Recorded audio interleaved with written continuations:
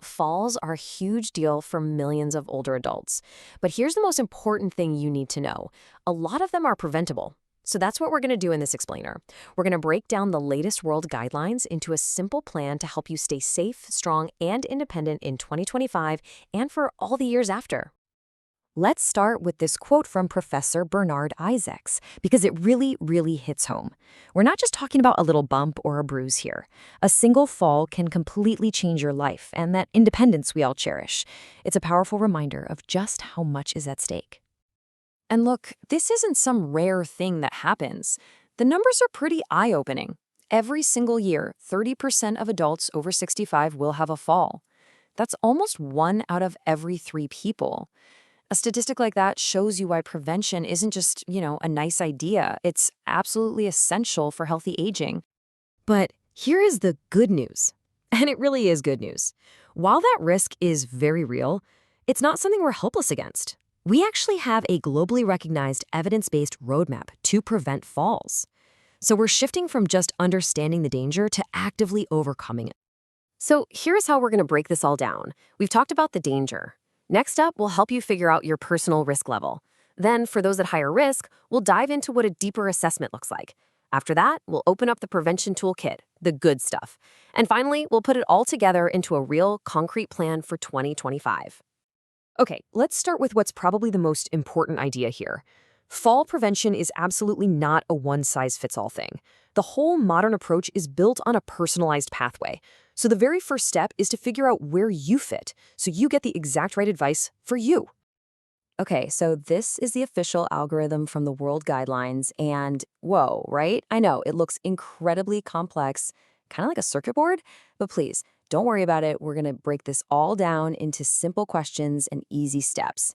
It just shows you how much detailed thought goes into creating a truly personal prevention plan. So that complicated chart, it all boils down to this. It starts with just 3 simple but incredibly powerful questions. Number 1, have you fallen in the past year? Number 2, do you ever feel unsteady when you're standing or walking around? And number 3, do you worry about falling? Answering yes to any of these is just the first little signal that it's time to dig a bit deeper. Now, there are a few situations that automatically put a person into what doctors call the high-risk category. This would be a fall that actually caused an injury, having 2 or more falls in the last year, or if you've been diagnosed with frailty.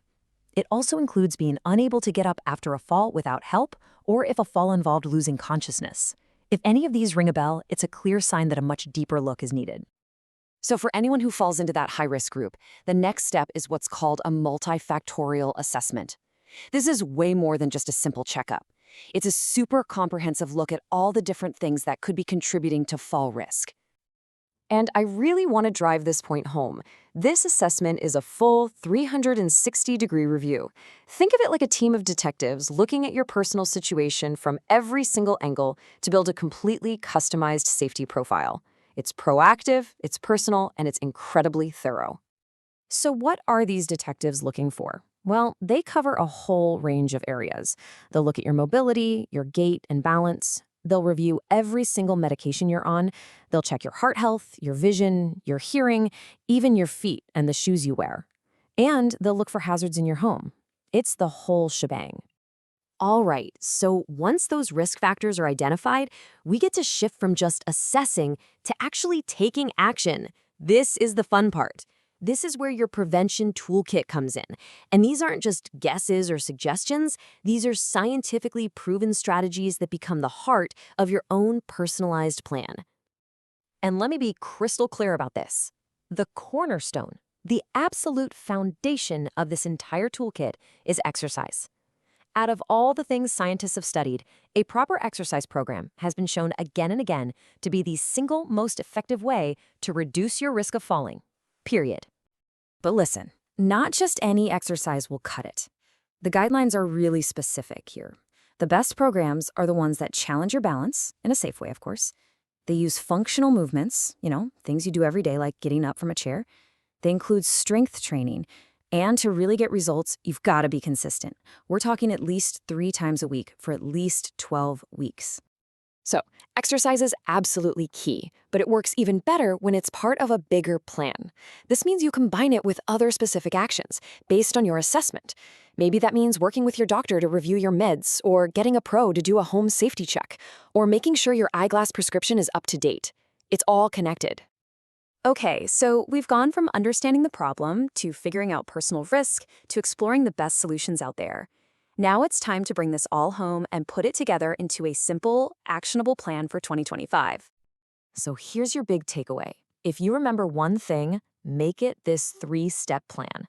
Ask, assess, and act.